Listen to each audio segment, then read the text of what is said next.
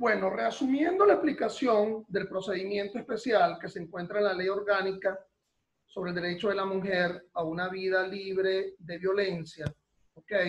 Conforme a la primera sesión de este procedimiento, ya hemos abordado de manera anterior, nos encontramos ahora en la llamada forma de inicio, es decir, el poner en conocimiento de la existencia de un delito de violencia a los efectos de ser propiciada el enjuiciamiento de la causa, el procesamiento de la causa, valga la redundancia y la cacofonía, ¿verdad? En la extensión de violencia de género que se encuentra ubicado en todos los circuitos judiciales penales del país. Recuerden que además la llamada competencia en razón del territorio también juega su papel fundamental. Es decir, verificar si es un delito de resultado o es un delito complejo no exime el propiciar el enjuiciamiento por los tribunales de violencia de género, que sería una de las competencias en razón de la persona. Recuerden ustedes que hay una competencia material del juez penal, que aquí se trataría del llamado establecimiento de la responsabilidad penal, y los delitos de violencia son esos, delitos, ¿okay? Por lo tanto, esa materia y una competencia en razón del territorio, que pasa por la idea de respetar el principio del locus commissi delicti, el lugar en donde se ha cometido el delito. Hay otra competencia, que es la que nos ocuparía, que es la llamada competencia en razón de la persona, y de allí es que se deriva o una jurisdicción ordinaria en donde no existe un fuero procesal o una jurisdicción especial, una de cuyas hipótesis es la jurisdicción de violencia. Pero recuerden que también nos encontramos con la competencia en razón de la función. Por lo tanto, si el juez de control asume la función de dirigir la fase preparatoria o intermedia del proceso, ello no está dejado de lado en el procedimiento por delito de violencia de género. Por último, establecimos una competencia en razón de la conexión o de la conectividad, que pasa por indicar que todos los delitos que haya cometido una persona, en la medida de lo posible, ha de ser asumido por el mismo tribunal para evitar sentencia, para evitar posibilidades de audiencia fijada en el mismo momento, en la misma oportunidad, evitar problemas de anacronías, en fin, pero también para respetar aquello, ¿verdad?, del concurso de delitos que se establece en el artículo 86 siguiente del Código Penal. Alguien que ha cometido muchos delitos, presidiable o prisionable, entonces tiene que darse la llamada acumulación por las pautas del concurso de delitos. ¿Ok? Aunque al final del camino, esto del concurso de delitos parece que lo sigue asumiendo es el Tribunal de Ejecución. Pero bueno, entonces ese procedimiento especial por los llamados delitos de violencia de género, bueno, la forma de inicio fundamentalmente se aluden a las mismas formas de inicio, ¿verdad?, que están presentes en el procedimiento ordinario. Es decir, cuando hablamos, por ejemplo, de la denuncia o la querella como actos proformadores de empuje de la acción penal, hablamos también de la flagrancia, pero también, mis estimados, ¿por qué no decirlo?, puede darse la posibilidad del llamado conocimiento oficioso. Es decir, se conocen las resultas del delito, pero todavía no se sabe quién lo ha cometido. Y más bien la investigación policial, bajo la égida del Ministerio Público como titular de la acción penal, es a los efectos de individualizar a alguien y finalmente imputarlo. La imputación, ya saben ustedes, por la sentencia del 7 de julio del año 2017, Sala Constitucional, siempre va a ocurrir en sede jurisdiccional, en la llamada audiencia de imputación.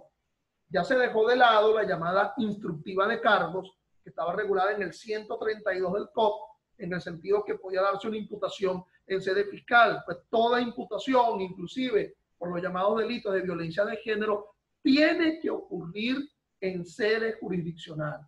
La imputación como acto de persecución, conforme lo establece el artículo 126 del COP, y que en nada se aparta las pautas de la orgánica ley de violencia de género. Entonces,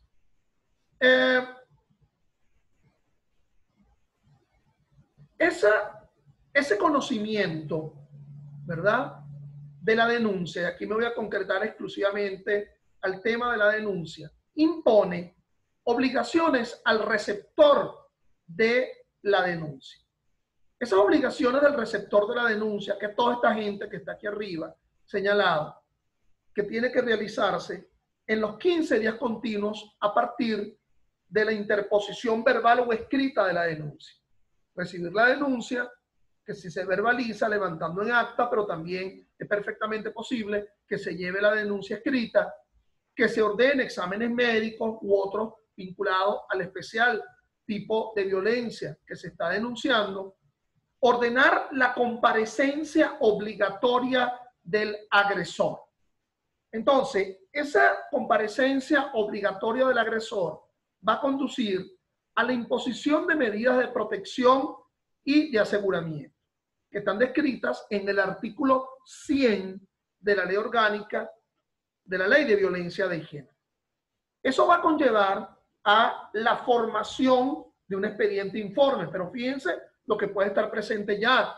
Es decir, las medidas de apartamiento, las medidas de separación de victimario y víctima a través del concepto de medidas de protección y seguridad. Pero ojo, hay un proceso penal que requerirá formalmente una imputación sobre la base de una investigación. Ello va a conducir a la remisión de ese expediente o informe al fiscal superior del circuito. En cada circuito judicial penal nos vamos a encontrar con un fiscal superior. Ese fiscal superior lleva la égida de la investigación, es decir, del control general de todas las actuaciones procesales penales que asuman los fiscales subalternos, bien sea que sean fiscales por circuito, bien sea que sean fiscales nacionales. Recuerden que pueden haber, dentro de la división de los fiscales, pueden haber fiscales de amplia competencia y fiscales de una competencia limitada, es decir, de la que se circunscribe especialmente a la competencia de violencia de género. También pueden haber fiscales nacionales y de competencia limitada o de una competencia general. Puede ocurrir que esto no se haya originado, mis estimados, ni por vía de la denuncia, ni por vía de la querella, y esta querella va a ser asumida por el Tribunal de Control. De igual forma, el Tribunal de Control que recibe la querella por un delito de violencia de género tiene las mismas pautas que la querella que se presenta en los delitos por acción pública.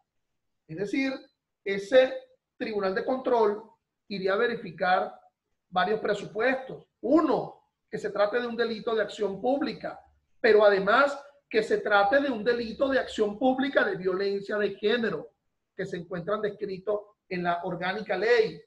Pero además que el hecho no esté evidentemente prescrito. Pero además las características formales de la querella, que sea escrita, que sea indicación del ilícito, que se indique el domicilio, el cuaderno separado con la dirección del querellante, que además los elementos de convicción allí se sustentan. Por lo tanto, si se admite, que mi humilde criterio es una admisión al trámite, la admisión al trámite de la querella es una admisión al trámite porque todavía falta la imputación formal que va a asumir el Ministerio Público en una audiencia de imputación una vez que le llegue esa pauta por la vía de la querella admitida. Entonces, el juez de control de violencia que haya admitido esa querella por delito de violencia, de igual forma, remitirá las actuaciones al fiscal superior del circuito. Por cierto, decía yo que puede ser que estos delitos hayan sido conocidos de forma oficiosa, ¿ok? El llamado conocimiento autónomo. No hay ningún denunciado, no hay ningún querellado, nadie ha sido aprehendido en la comisión flagrante de un hecho ilícito, pero se evidencia que hay un delito de violencia de género. Allí está la dama muerta y las características de la circunstancia parecen indicar que fue un hombre que por vía de desprecio de género ha cometido el femicidio. Allí existe una violencia patrimonial. Es decir, obviamente que siendo el matrimonio entre un hombre y una mujer quien ha afectado, quien ha asumido una labor de disposición de unos bienes que forman parte de una comunidad matrimonial, bueno, fue el marido y se está afrentando, más que el concepto de la comunidad conyugal, se estaría enfrentando fundamentalmente los derechos patrimoniales que asumiría la cónyuge, que es mujer, en una noción de afectación de la condición de mujer, de desprecio en la condición de mujer, afectándose su propio patrimonio. Entonces, el conocimiento oficioso, de alguna forma, lo asume el fiscal. Ese fiscal superior le asigna la causa a un fiscal subalterno de violencia de género. Ese tribunal, ese fiscal, perdón, de violencia de género, va a dictar la llamada orden de inicio. Fíjate que es posterior a la recepción y a la imposición de medidas de protección y de seguridad y de la formación del expediente. Va a dictar una orden de inicio, que es lo que más o menos en el código orgánico se denomina decreto de proceder. A ver, los fiscales decretan, los jueces dictan sentencias y autos. Entonces, hay muchos decretos que pueden asumir el fiscal, decreto de proceder u orden de inicio, pero también puede ser el llamado decreto de desreserva de las actuaciones, el decreto de archivo fiscal. Entonces, de acuerdo a lo que establece una decisión muy importante, muy conocida frente al tema de la violencia de género, una decisión de la Sala Constitucional del Tribunal Supremo de Justicia, que es la sentencia 574 de 2012. Es decir, se le concede a ese fiscal, ¿verdad?, 4 meses para que de alguna forma presente su imputación. ¿Ok? Presente su imputación. Entonces, bueno, fíjense que a partir de esos 4 meses, la verificación de esos 4 meses, la Sala Constitucional, y conforme a la ley, permite la posibilidad que luego de transcurridos los 15 meses se conceda una prórroga de 15 a 90 días continuos. Por lo tanto, esa solicitud de prórroga para imputar la va a asumir ante el juez, que en este caso, bueno, sería el juez de control, el propio fiscal que está asumiendo el conocimiento de la causa. Es decir, ya aquí se asignaría la causa, se asignaría la solicitud de prórroga para llevar un acto de imputación que duraría a partir de 4 meses más la posibilidad de la prórroga de 15 a 90 días si ha sido solicitada 10 días antes ante el Tribunal de Control, el Tribunal de Control de Violencia de Género. De paso, que ese Tribunal de Control, en todo caso, el que está siendo hasta ahora, quien ostenta hasta ahora una condición de imputado de una forma heterodoxa, porque no ha existido una imputación, digamos, formal, puede solicitar el cese de las medidas cautelares, porque se está verificando que existe una abstracción de imputación por parte del fiscal del Ministerio Público. Supónganse ustedes que nada de esto ocurrió o que ocurrió aún verificándose la prórroga. El fiscal definitivamente va a tener que solicitar la imputación ante el propio Tribunal de Control. Entonces, esa solicitud de imputación que se asume ante el propio Tribunal de Control, el Tribunal de Control ante en su propio despacho, que en esa audiencia audita, altera, ampara, bueno, aceptará o negará la imputación por parte del final del Ministerio Público. Como le he mencionado, en muchas de estas sesiones virtuales, hablamos de la llamada triple finalidad del juez de control en la audiencia de imputación. Uno, digamos, el dictado de una medida cautelar. Fíjate que hasta ahora era una medida de aseguramiento, pero ahora, bueno, se dictará o una medida judicial preventiva, privativa de la libertad, o se podrá dictar audita alteram par una medida cautelar sustitutiva, permitiéndose previamente el ejercicio del derecho a la defensa. Es obvio que el fiscal que está imputando a alguien por un delito de violencia de género en una audiencia de imputación tendrá que acompañarlo con elementos de convicción, conforme lo indica el 236 del COP, que tiene su correlato, ¿verdad? Que tiene su norma similar dentro de la ley orgánica sobre el derecho a la mujer a una vida libre de violencia, en la ley de violencia de género. Pero también se va a verificar la otra finalidad, es decir, la llamada finalidad procedimental. Pero ¿cómo que la finalidad procedimental, profesor? Ya esto no comenzó por la vía del procedimiento especial de violencia de género, pero puede ser que en la propia audiencia de imputación el juez de control de violencia de género encuentre que el ilícito que se está imputando pues no es un delito de violencia de género, pues entonces es un delito que se describe en el Código Penal, o es un delito menos grave, o es un delito militar, o es un delito que debe ser procesado por la vía del sistema penal de responsabilidad de adolescente, o lo ha cometido un alto funcionario público, y por lo tanto acordará la declinación de la competencia, ¿ok? Esa declinación que puede surgir por la verificación del propio juez, o bien sea porque las partes opongan una excepción. Las excepciones que están descritas en el artículo 28 del COP, la falta de declinación, la excepción de falta de competencia propiciando la declinación, la falta de competencia que se verifica en el numeral tercero del artículo 28 del COP. Cuidado con decir, no, yo solicito la falta de jurisdicción. No, porque aquí el problema, a pesar de que se hable de jurisdicción especial, lo que está escondiendo es un problema de competencia en atención a la materia. O sea, la manera en ser resuelta, en primer lugar de ser opuesta y de ser resuelta, sería por la vía de la excepción de falta de competencia en atención a la competencia en razón de la persona, la existencia del fuero procesal por la inexistencia de un delito de violencia de género.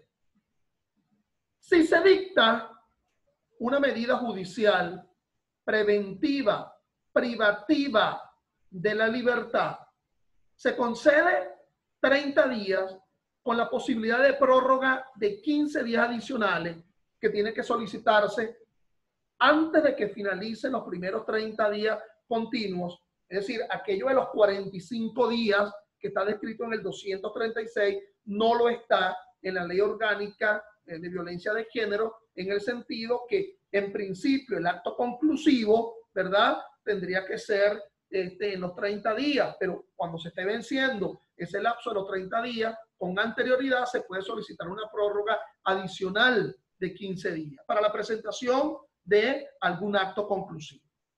Ese acto conclusivo no se diferencia de forma alguna a los actos conclusivos que se verifican en el procedimiento ordinario, conforme a los artículos 297 y siguientes del COP.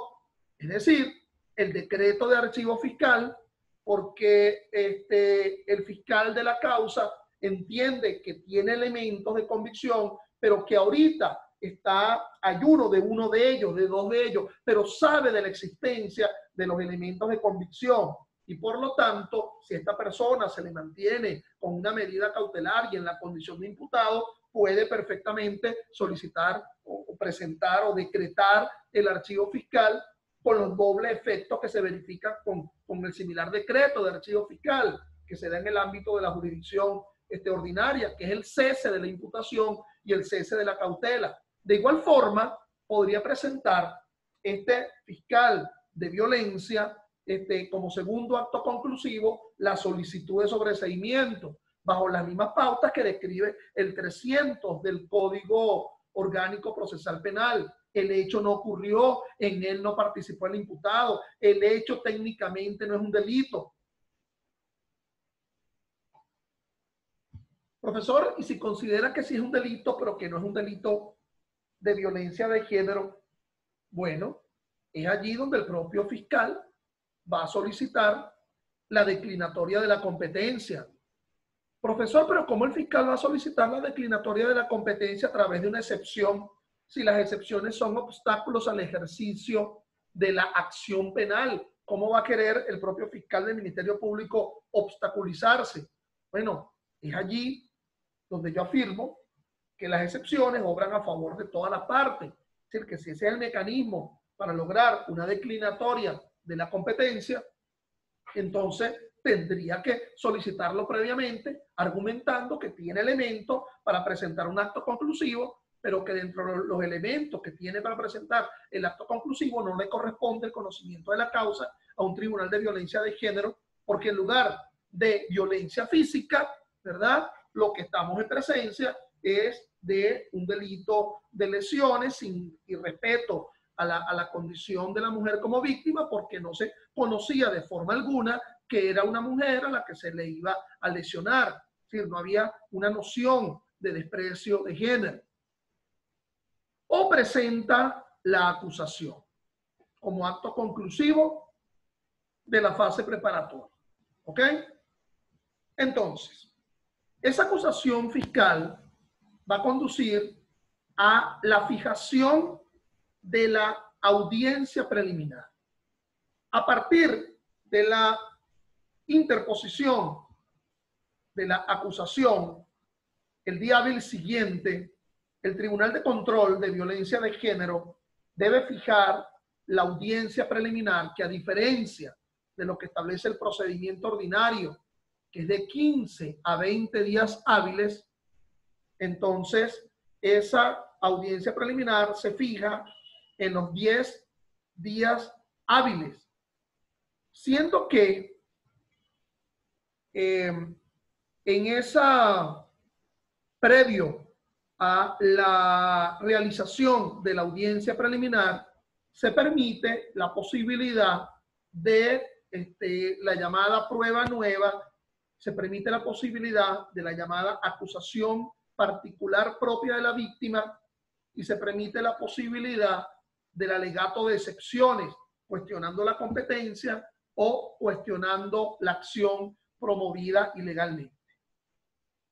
Es aquí, mis amigos, que se entronca la sentencia de diciembre del año 2018, en el sentido que qué pasaría si ese fiscal del Ministerio Público, bueno, no presenta la acusación como acto conclusivo. Bueno, desde mucho antes del año 2018, de diciembre de 2018, se le permitió a la víctima en el procedimiento de violencia de género, ante esta falencia por parte del fiscal en la presentación del acto conclusivo, de presentar su acusación particular propia, ¿ok? Independientemente de que esa víctima se haya querellado inicialmente o que se haya denunciado o que esto haya sido conocido por la vía de la comisión flagrante de un hecho ilícito. Claro, lo que pasaba con decisiones anteriores que le permitían a la víctima la presentación de la acusación particular propia es que es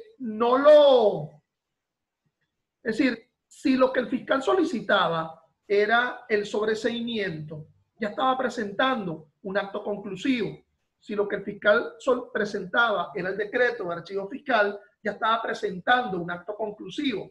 Es decir, era ante la ausencia absoluta de presentación de un acto conclusivo.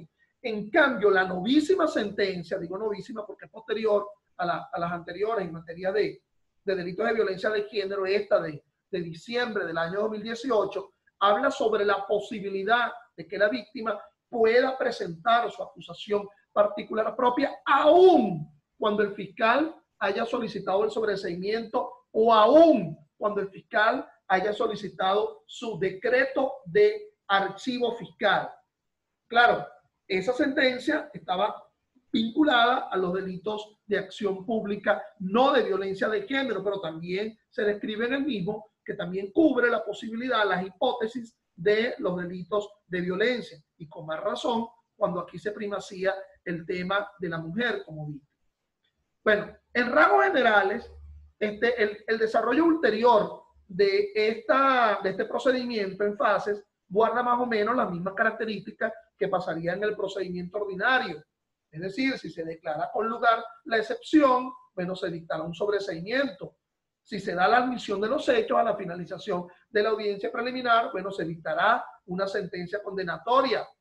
Si en lugar de admitir la acusación, el fiscal, el juez de control de instancia, perdón, el juez de control de violencia de género, considera que los elementos de la acusación no están conformados, control judicial de la acción, y que por lo tanto estamos en presencia de las hipótesis del artículo 300 del COP para conducir a un sobreseimiento, en lugar de admitir la acusación, dictará una sentencia de sobreseimiento apelable y recurrible ante la Corte de Apelaciones de Violencia de Género, porque también en la alzada nos vamos a encontrar con una Corte de Apelaciones de Violencia de Género, y al final del camino todo irá a desembocar ante la Sala de Casación Penal del Tribunal Supremo por medio del recurso de casación. Pero también ese juez de control de violencia de género podrá dictar el auto de apertura a juicio, y el enjuiciamiento en fase de juicio en violencia de género, bueno, guarda las mismas características que se verifican en los artículos 315 y siguientes del COP, en la llamada, en el procedimiento ordinario. Por cierto que ello no desdice la posibilidad que directamente el fiscal pueda presentar la acusación directamente ante el tribunal de juicio si considera que estamos en presencia de un delito de violencia de género, pero cometido de forma flagrante. Por lo tanto, estaríamos incorporando dentro del procedimiento especial que surge de una ley orgánica colateral, un procedimiento especial descrito en el Código Orgánico, que sería el procedimiento por flagrancia, que también tiene su contrapartida en la especial ley. Pero dicho esto, la flagrancia, que es un tema interesante, ¿verdad? Y mira la norma tan extensa que lo regula en el artículo 96 de violencia de género, nos habla, hace distinciones frente al concepto de flagrancia en violencia de género. Todo delito previsto en esta ley que se esté cometiendo o que acabe de cometerse. Aquel por el cual el agresor sea perseguido por la autoridad policial, que sea perseguido por la mujer agredida por un particular o por el clamor público, o cuando se produzcan solicitudes de ayuda a servicios especializados de atención a la violencia contra las mujeres, realizado a través de llamadas telefónicas, correos electrónicos o fax que permitan establecer su comisión de manera inequívoca. Es decir, mis estimados, ante este tema de la pandemia que estamos en este momento, ya existía la virtualización, ¿verdad?, del poner en conocimiento delito flagrante, en el que se sorprenda a poco de haberse cometido el hecho en el mismo lugar o cerca del lugar donde se cometió, con objetos que de alguna manera hagan presumir con fundamento que él es el autor. Entonces, el tema de la presencia, ¿verdad?, hace entender como una especie de suposición de comisión, ¿ok? El tema de la presencia cerca del sitio en donde se verifique la afectación, la aflicción de la víctima, ya te conduce como una noción, como una especie de elemento de convicción. Desigual o no esto, bueno, francamente lo es, porque no es lo mismo lo que pudiera ocurrir si se diera en sentido inverso. Es decir, si hubiese algún tipo de violencia de mujer en la condición de hombre, ¿verdad?, violencia patrimonial o violencia psicológica, la misma manera, con tal nivel de puntillismo descriptivo, no se verifica en una ley. Pero además la norma sigue extendiéndose en el concepto de flagrancia a otras consideraciones. Toda autoridad deberá, y cualquier particular podrá, aprehender al agresor. Ojo, toda autoridad y cualquier particular podrá. Entonces asume la llamada legitimidad, la legitimidad en la aprehensión, la legitimidad aprehensiva, ¿ok? Cuidado con el concepto de linchamiento que pudiera estar detrás de ello. Cuando la aprehensión la realizara un particular, deberá entregarlo inmediatamente a la autoridad más cercana, quien lo pondrá a disposición del Ministerio Público dentro de un lapso que no excederá de 12 horas a partir del momento de la aprehensión, para que de alguna forma empiece a correr las 12 horas de esas 48 horas a partir de una aprehensión efectiva a los efectos de someter al sospechoso en violencia de género ante el juez de control de instancia municipal. Sigo porque me parece que la literalidad del artículo 96 permite explicar muchas cosas. El hecho se acaba de cometer cuando la víctima u otra persona que haya tenido conocimiento del hecho acuda dentro de las 24 horas siguientes a la comisión del hecho punible al órgano receptor y exponga los hechos de violencia. Conocida la comisión, el órgano receptor o la autoridad que tenga conocimiento deberá dirigirse en 12 horas hasta el lugar donde ocurrieron los hechos, recabará los elementos que acreditan su comisión y procederá a la aprehensión del presunto agresor. Como te das cuenta, no hay una relación tan inmediata, tan contemporánea, tan coetánea a la noción de delito flagrante. Hay un distanciamiento allí. ¿Quién será dispuesto a la disposición del Ministerio Público? El Ministerio Público, en un término que no excederá de las 48 horas contadas a partir de la aprehensión del presunto agresor, lo deberá presentar ante el Tribunal de Violencia en audiencia con las partes y la víctima. Entonces, bueno, el concepto de la audiencia de imputación, como decía yo con anterioridad, más o menos guarda la llamada triple finalidad, ¿ok? La finalidad cautelar, la finalidad procedimental y la finalidad imputatoria. Aquel concepto de imputación que se divide en incriminación e intimación. Incriminación señalándose los hechos, pero también señalándose la calificante jurídica. Y aquí con mucho más razón, esa calificación jurídica que asumirá el fiscal del Ministerio Público ha de estar bien sustentada en la noción de desprecio de género. Es decir, que de alguna forma tendría que demostrarse esa condición de desprecio, de irrespeto a la condición de mujer, de menoscabo a la condición de la mujer, que esté presente en la propia tipificación del hecho, en esa quaestio juris con la cual se pretende calificar una quaestio facti, que sería el propio hecho que se está imputando. Hay una serie de principios que regulan el procesamiento por violencia de género. ¿Okay? Los principios procesales, a diferencia de las garantías procesales que se establecen en los primeros 23 artículos del Código. Celeridad.